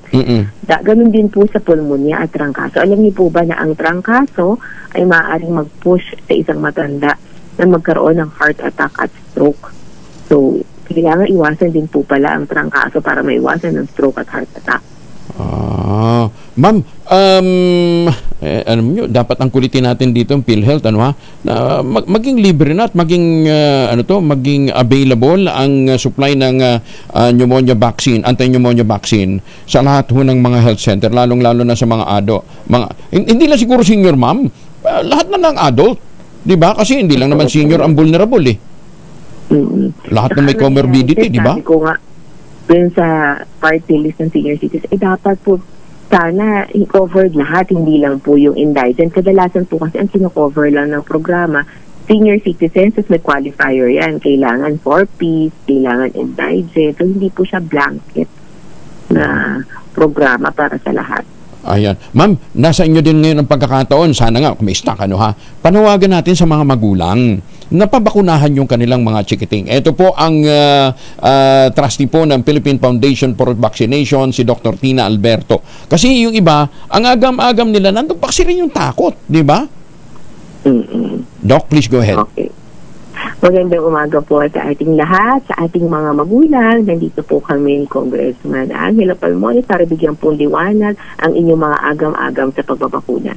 Ang bakuna po ay nandyan para proteksyonan ng ating mga anak laban sa importanteng sakit ng pulmonya. Kung hindi niyo po nalalaman, ang pulmonya po ang pangunahing sanhi ng pagkamatay sa mga sanggol. Ang mga bakuna laban sa pulmonya ay available po sa ating mga health center, ang ating mga private clinic, at it will take only 2 to 3 shots po na mga importanteng bakuna ito para proteksyonan panghabang buhay ang ating mga anak. So, huwag pong matakot sa bakuna, matakot po tayo sa sakit at sa mga komplikasyon nito. Doc Tina, thank you for joining us. Salamat po. Magandang umaga. Ang isa pong napakagaling na pediatrician, ito pala kapitbahay ni Malu Cabral, si Dr. Tina Alberto ng Philippine Foundation for Vaccination. Magandang umaga, Pilipinas! Pero isa din ho sa mga mainam na solusyon para malabanan po natin ang iba't ibang mga karamdaman, i-boost natin ang ating immune system. At dyan po naman makatutulong sa atin ang Ultabayo. Ang Ultabayo po ay postbiotic with Lactococcus lactis strain plasma. Dumaan po ito sa napakahabang clinical trial dyan po sa Japan. Ang bawat kapsula po ng Ultabayo nagtataglay ng 50 billion cells ng Lactococcus lactis strain plasma. Ano pong ginagawa ng Ultabayo? Ang Ultabayo po, pagpasok sa ating katawan, ina-activate po nito yung commander ng ating immune system, yung plasmacytoid dendritic cell. Kaya habang tayo po natutulog, itinataboy po nito yung mga toxin sa ating katawan. Na-achieve natin ang magandang tulog. Siyempre, pagka magandang tulog, magandang gising. Pagka magandang gising, magandang disposition mo sa kinabukasan. Ayan, ha? Panlaban ho natin sa panahon ho ng stress, pagod at puyat, ang Ultabayo. Kaya nga po, inaral ho ito na madalubhasa dyan po sa Japan. Ang Ultabayo po ay available sa Lazada at Shopee. Siguraduhin lamang pong galing po ito sa Tioxis Health Ventures. Kung kayo po may mga gusto pang maliwanagan o may mga katanungan kayo tungkol sa kalusugan, mag-text lamang po sa 0917-110-6580. Meron po tayong mga medical experts na naka-standby dyan. Tandaan, sa panahon ho na kinakailangan natin ng kaagapay sa pagod, puyat at stress, nandyan po ang Ultabayo. Kauna-unahang postbiotic food supplement na rehistrado sa Food and Drug Administration, halal certified at rekomendado ng mga doktor. Pero huwag natin kalimutan, ang Ultabayo po ay hindi gamot at hindi dapat gamitin panggamot sa anumang uri ng sakit. Available yan sa Mercury Drug, Amesco Drug, Passmed Pharmacy, John's Pharmacy at Curamed. 33 na makalipas ang 5:00 ng umaga. Magandang umaga, Pilipinas! Ay, mamaya makakasama natin si DTI CAR Regional Director Juliet Lucas. Pero bago yan, ito muna, PNP ginit na hindi nagalaw ang mahigit sa 300 million pesos na nakuha mula sa mga POGO operation. Detalye mula kay Edjal Parosa, RH52. Edjal, good morning. Kuya Angel, pinabulaanan ng pambansang pulisyang isyong nagagalawang mga pera sa mga nire-raid nitong illegal na pogo. Ayon kay PNP spokesperson Police Brigadier General Jean Fajardo, intact ang higit sa 300 million pesos na pogo money sa dalawang naunang operasyon ng pulisya. Sa katunayan, ipinakita ni Fajardo ang updated na kuha ng pinaglagakan ng cash kung saan 187.7 billion ay galing sa Sun Valley Corporation sa Pampanga, habang yung 117.1 million pesos naman ay nakumpiska sa operasyon sa Homestay Firm sa Las Piñas. Sa press briefing sa Camp Crame, tinawag ni Fajardo na false at misleading ang lumabas na report. Pakinggan natin siya. And this is the proof na nandyan po yung 317 million worth of money na nakatag po yan. Ito po, taken po yan noong November 6 po to prove na nandyan po.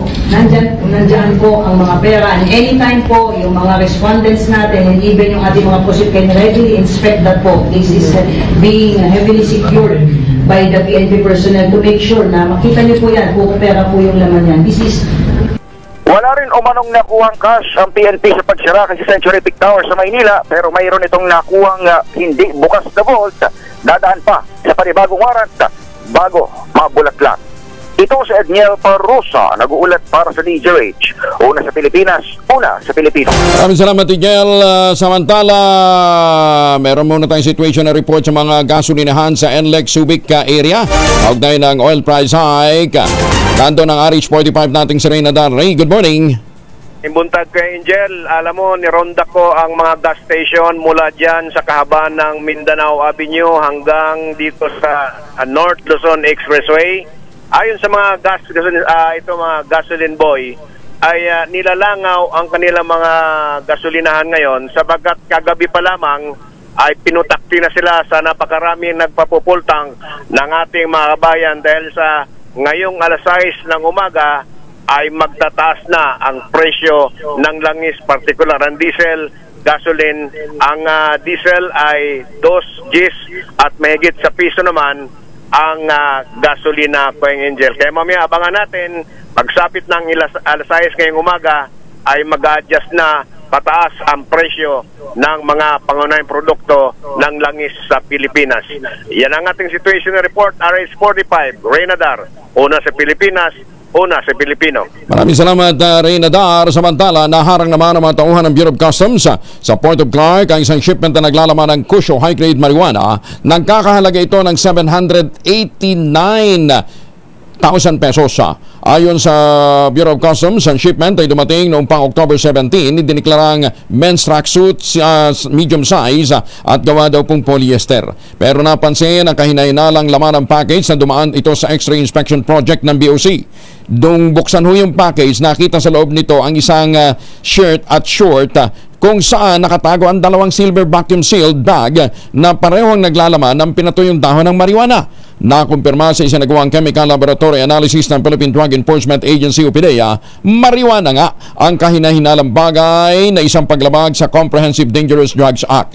Agad na nagpalabas ng warrant of seizure and detention si Acting District Collector Jarius Reyes laban sa shipment. Muling iginit ni Customs Commissioner Benvenido Rubio ang dedikasyon ng BOC ng mga pangalagaan ng bansa laban sa nakatagdang o mga nagtatangkang magpuslit ng ipinagbabawal na gamot alinsunod sa direktiba ng Pangulong Bongbong Marcos at Finance Secretary Ralph Recto. Samantala, malapit na ma-break ng real estate giant na SM Prime Holdings ang kanilang 2023 record net income. Ito ay matapos silang makapagtala ng 12% gain sa kanilang net income na 33.9 billion pesos sa unang 9 na buwan pa lamang ng 2024. Sa isang stock exchange filing, sinabi ng SM Prime na lumaki ang kanilang revenue ng 99.8 billion pesos o 8% na mas mataas mula January hanggang September. 6 na bilyon na lamang ang kailangan nila para mabasag ang 40 billion na full year net income record noong nakaraang taon. Ayon naman kay SM Prime President Jeffrey Lim, inaasahan nilang patuloy ang paglago ng kanilang kita lalo na sa pagbubukas ng bagong SM City J Mall at sa papalapit na holiday season. Alas 5:44, para ho sa mga kababayan natin pabalik ho ng Pilipinas, ano ha? Wag na ho tayong magbaon ho ng magpasalubong ng imported na tsokolate. Kasi meron nga po tayong tangerine chocolate. Ang tangerine chocolate po produkto ng mga magnaniyog ng mga magsasaka dyan po sa lalawigan ng Quezon. Sa tulong po ni Dr. Helen Tan, yung po mga planting material ng kakao galing Davao, hinakot po yan para maitanim sa ilalim po ng mga nyugan. At yan po ngayon ay pinoprocess nila para maging tangerine chocolate. Available sa 0919-095-5935. Ang tangerine chocolate po, sabi ni Dr. Helen Tan, 100% gawang lokal but taste and looks global dahil tinulungan po ito ng DTI at ng Department of Trade and Industry para ho maging world class ang dating. Kaya sabi ho ni Dr. Helen Tan, sa bawat tangkilik ho natin ng tangerine chocolate, pinalalakas natin ang loob ng ating mga magsasaka, pinalalakas din natin ang ating ekonomiya. Sino nga daw bang magmamalasakit sa Pilipino kundi ang kapwa Pilipino? Kaya sabi ho ni Dr. Helen Tan, tangkilikin natin ang gawang atin. Maganda umaga, Pilipinas! Tangkilikin ang gawang atin katulad po ng isinusulong ngayon ni na Direktor Juliet Lucar ng DTI CAR at Miss Genesis Gonzales para po sa gaganaping trade fair. Direktor, magandang umaga po sa inyo. Magandang umaga po, Sir Angel, at saka sa mga lahat ng nakikinig sa DZRH. Ayan, welcome back po sa ating pong programa, Direktor. Oo. Ano nga to? Impakabsat. Ano? Impakabsat. Anong ibig sabihin ng impakabsat? Oo. Anong ibig sabihin ng impakabsat? Impakabsat, yun po ang ating regional trade fair ng Cordillera. At ito po ay may ibig sabihin, no? So, ang impakabsat ay yung panimula ng mga provinces ng CAR ay parang ano siya, parang anong tawag natin doon, impakabsat. I is for Ifugao, MP is for Mountain Province, okay. A is for Abra, Kalinga, and then Apayao. So kabsat is sibling or kapatid, at yun po, it means na yung mga provinces dito may solidarity. We are together in everything that we do here for our MSMEs in CAR. Impakabsat.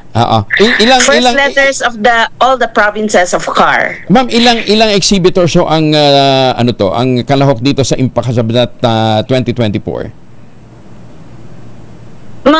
Sir Angel, we have a total of 90 exhibitors with 60 booth doon sa ating carousel court doon sa Festival Mall in Alabang.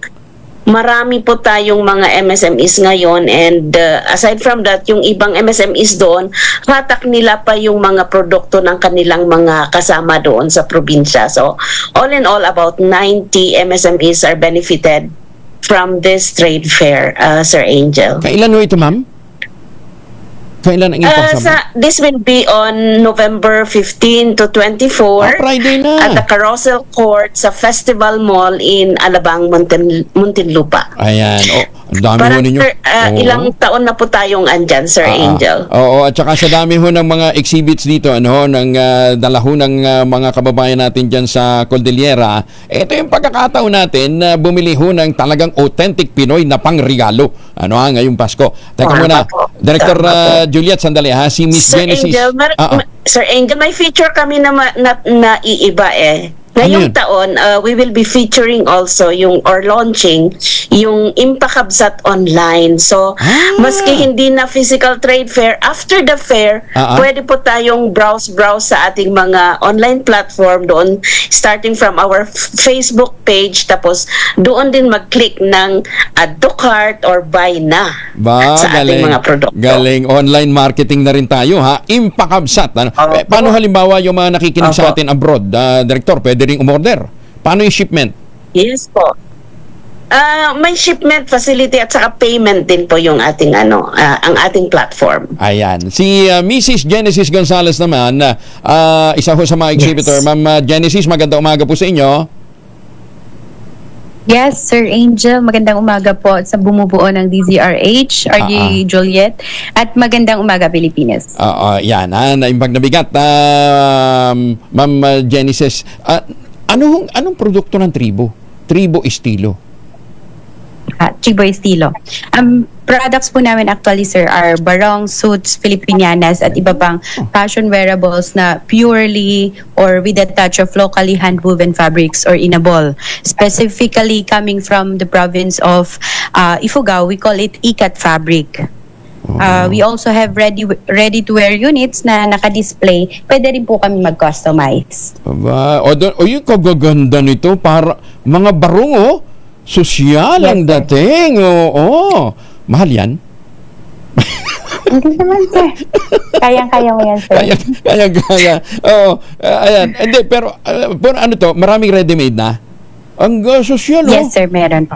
Doon sa mga gagraduate, sa mga pang-graduation, ayan, ibang dating, ano ito, mix na to ng, ng local fabric at saka ng barong? Yes, sir. Yes, sir, Angel. Opo. Ilang porsyentong local fabric dito? Most of the time, sir, mas madami. Depende kasi sa item yun. Pag barong talaga, since kailangan pinya pa rin siya, mas marami pa rin yung pinya. Pero andun po yung aming, kumbaga, naiiba siya. Not the usual you see in the market. Ma'am, nag-e-export ka na rin. Ang ganda ng dating mo, pang Europe, hahanapin to sa mga fashion areas ng Europe.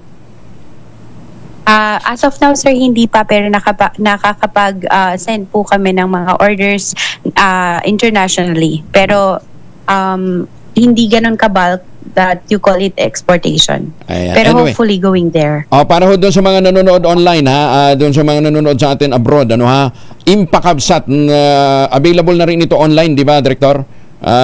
O ilo-launch pa lang? Yes po. Ilo-launch pa lang? Available po. Available na. Yan, okay. Director, nasa inyong pagkakataon ngayon, paki-invite muli ang ating mga kababayan doon ho sa mga hindi makakapunta ng Festival Mall dyan sa Alabang. Sosyal, Alabang naman kasi. Pwede online, ayan.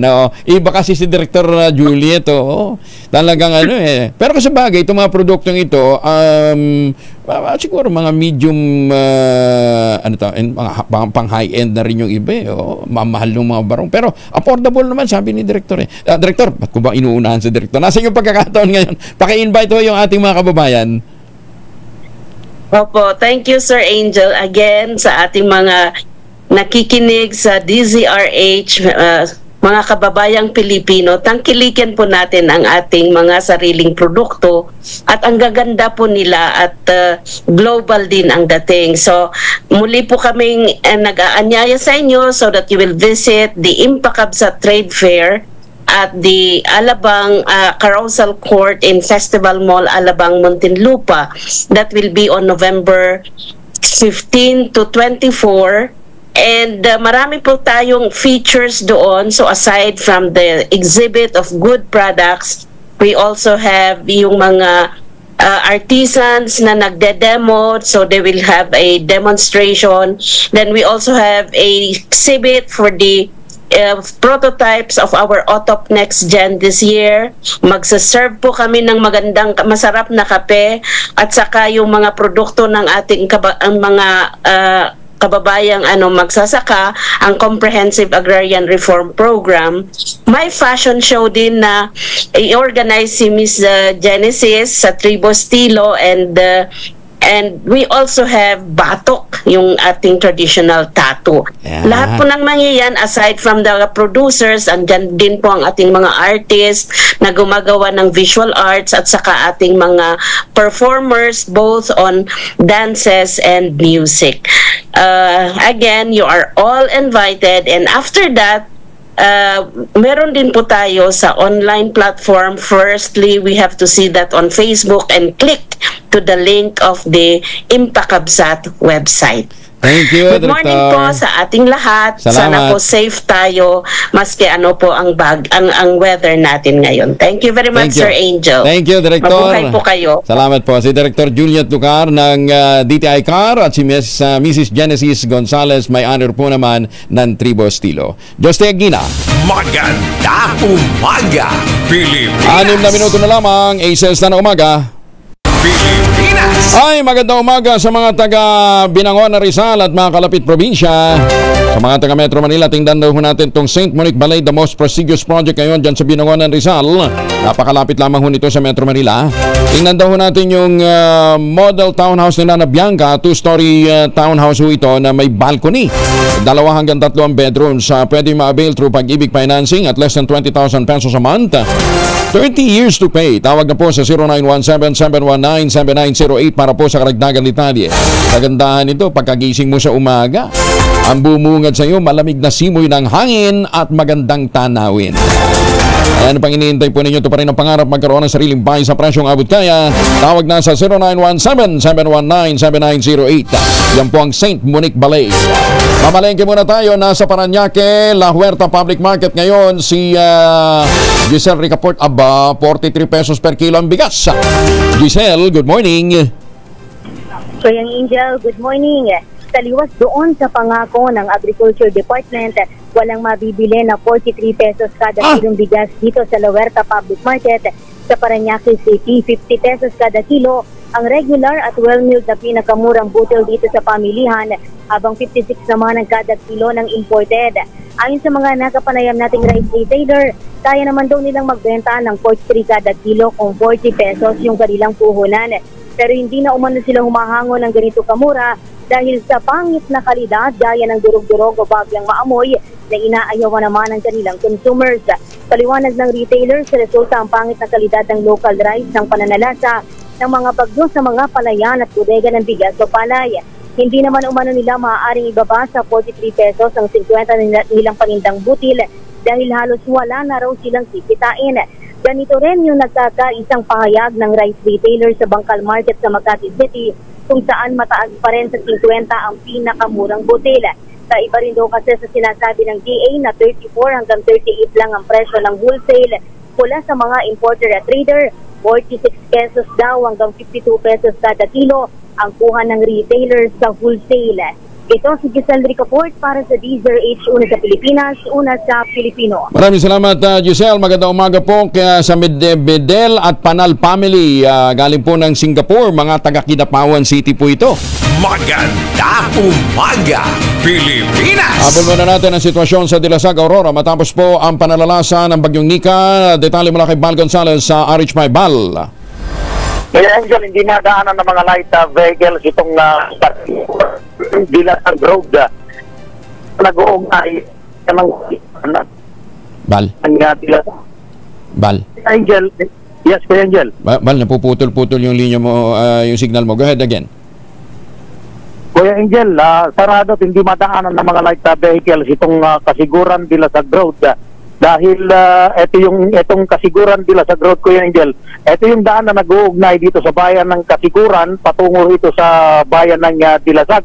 Ito'y dahil kung galing pa, Kuya Angel, dun sa town proper ng bayan ng Kasiguran, ay mayroong malalim na baha na hindi kakayanin ng mga maliliit na sasakyan dyan sa daan na yan. Kaya ay dumaan kami dun sa isang alternatibong ruta, gilid na mismo nung Baler Bay, kahanan ng Baler Bay, bahagi ng Philippine Sea. Doon kami dumaan sa pinakagilid mismo na inabot ng halos 45 minuto yung aming biyahe.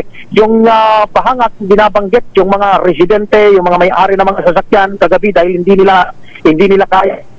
Yung paha na yon ay iniwan na lamang doon sa gilid ng mga kalsada yung kanilang mga sasakyan at doon sa aming dinaanan papunta rito doon sa alternatibo, Kuya Angel. Kita mo pa sa mga kalsada mga natumbang mga puno, sinyales ng pagtama o hagupit na lakas ng hangin dala ng bagyong si Nika. Partikular naming dinaanan yung sa barangay Dinyogya dito sa bayan ng Dilasag. Narating na namin, Kuya Angel, itong pamalang lungsod mismo, itong pinaka munisipyo mismo ng bayan ng Dilasag at pakpak yung pinaka-bubungan nitong pamalang bayan na ito, maging yung kanilang health center ay bakbakin. Itong evacuation center na nandito sa aking kaliwa, Kuya Angel, ay wala ng mga tao dahil ang binabanggit ng Dilasag Municipal Disaster Reduction Risk Management Office ay nag-uwian na itong mga residente matapos mismo yung pagtama ng bagyong Sinika. Wala naman so far, Kuya Angel, na itatala pa hanggang sa ngayon na mga nasaktan o namatay o nasugatan sa pagtama ng bagyong Sinika. So mula rito sa pamahalang bayan ng Dilasag dito sa lalawigan ng Aurora, kasama ko pa rin si Dennis Villanueva Jr. Ako si Val Gonzales, DJ na sa Pilipinas, una sa Pilipino. Maraming salamat, Mal Gonzales. Magtanim ng kawayan para sa kalikasan at kabuhayan. Kuya Angel po ang Hilo Palamones, nag-iwan sa inyo na sa magandang umaga. Ang ating quote of the day ngayong araw na ito ay bukas na lang. Wala na tayong oras, 2x2 na eh. ACS Balita, susunod na in just a while, 3 minuto na makalipas ang ACS na umaga.